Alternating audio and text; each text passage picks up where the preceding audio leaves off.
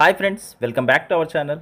So ఈరోజు టాపిక్లోకి అయితే సిఎస్ఐఆర్ సంస్థ నుంచి మనకు మళ్ళీ ఒక కొత్త నోటిఫికేషన్ అయితే వచ్చేసింది. అయితే ఇది వచ్చేసి జూనియర్ సెక్రటేరియట్ అసిస్టెంట్ అలాగే జూనియర్ స్టెనోగ్రాఫర్కి సంబంధించినటువంటి పోస్టులకు అయితే ఈ నోటిఫికేషన్ అయితే రిలీజ్ చేశారు. దీనికి గాను ఆంధ్ర తెలంగాణ వాళ్ళు ప్రతి ఒక్కరూ అప్లై చేసుకోవచ్చు, మేల్ అండ్ ఫీమేల్. అయితే దీనికి ఆన్లైన్ అప్లికేషన్ వచ్చేసి మే 28 నుంచి అయితే స్టార్ట్ అయ్యింది. లాస్ట్ డేట్ అయితే జూన్ 17 వరకు అయితే ఉంది. సో ఆ లోపు మీరైతే అప్లికేషన్స్ అయితే పెట్టుకోండి. అయితే జూనియర్ సెక్రటేరియట్ అసిస్టెంట్కి వచ్చేసి జనరల్ అలాగే ఫినాన్స్ అండ్ అకౌంట్స్ అలాగే స్టోర్స్ అండ్ పర్చేస్.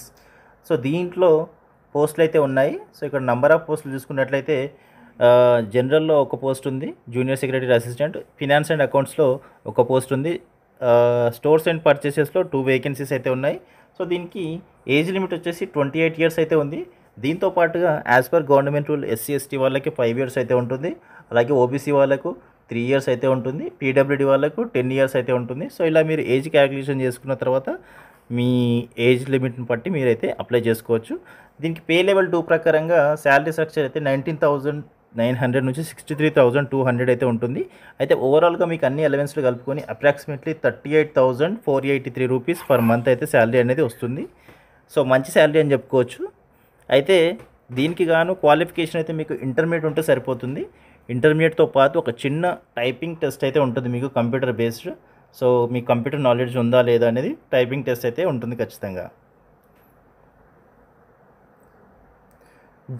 తర్వాత జూనియర్ స్టెనోగ్రాఫర్కి సంబంధించి వేకెన్సీస్ అయితే 2 వేకెన్సీస్ అయితే ఉన్నాయి. సో దీనికి 27 ఇయర్స్ అయితే ఏజ్ లిమిట్, దాంతోపాటు 5 ఇయర్స్ అయితే SC/ST, OBC 3 years, PWD 10 years అయితే ఏజ్ రిలాక్సేషన్ ఉంటుంది. సో దీనికి పే లెవెల్ 4 ప్రకారంగా మీకు అన్ని అలవెన్స్లు కలుపుకుంటే శాలరీ 44,523 రూపీస్ పర్ మంత్ అయితే శాలరీ అనేది ఉంటుంది. ఇంటర్మీడియట్ ఉంటే సరిపోతుంది దీనికి కూడా సేమ్. అలాగే స్టెనోగ్రఫీ టెస్ట్ కూడా, టైపింగ్ టెస్ట్ అయితే దీనికి ఖచ్చితంగా మ్యాండేటరీ అయితే ఉంటుంది. సో ఎలిజిబుల్ క్యాండిడేట్స్ అయితే ఖచ్చితంగా అప్లై చేసుకోవడానికి ప్రయత్నం చేయండి. ఎందుకంటే మంచి ఆపర్చునిటీ, సెంట్రల్ గవర్నమెంట్ జాబ్స్ కాబట్టి చాలా అలవెన్స్లు కూడా ఉంటాయి మీకు. దీనికి సెలక్షన్ ప్రొసీజర్ చూసుకున్నట్లయితే జూనియర్ సెక్రటేరియట్ అసిస్టెంట్కి రిటన్ టెస్ట్ అయితే ఉంటుంది మీకు. సో రిటన్ టెస్ట్తో పాటు చిన్న టైపింగ్ టెస్ట్ కూడా ఉంటుంది, కంప్యూటర్ నాలెడ్జ్ ఉందా లేదా అనేది కూడా చెక్ చేస్తారు మీకు. అయితే రిటన్ టెస్ట్లో మీకు OMR బేస్డ్ లేదా computer based objective type multiple choice questions మాత్రమే ఉంటాయి. ఎగ్జామినేషన్ మీకు OMR బేస్డ్ ఉంటుంది, ఆబ్జెక్టివ్ టైప్ క్వశ్చన్సే ఉంటాయి.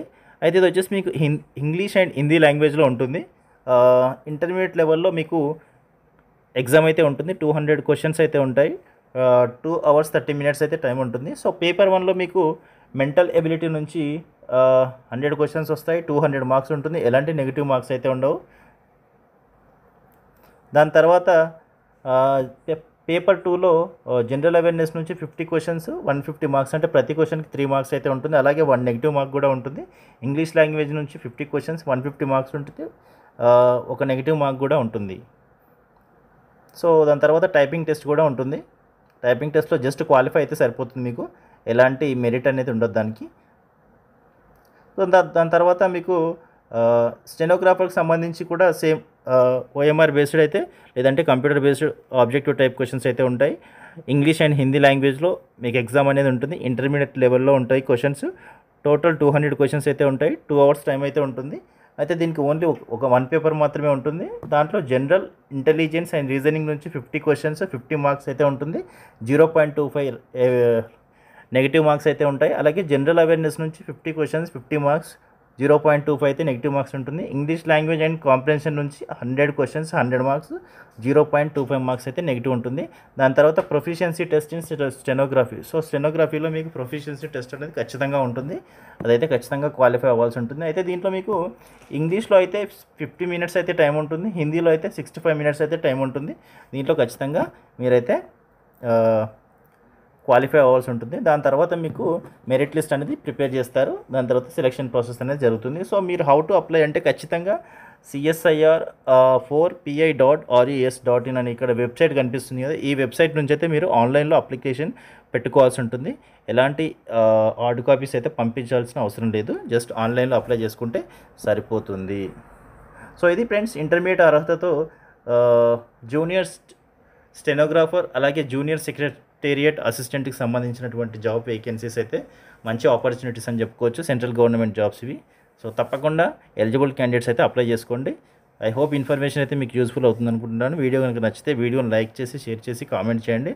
అలాగే మన ఛానల్ని తప్పకుండా సబ్స్క్రైబ్ చేసుకోండి. And thank you so much for watching this video.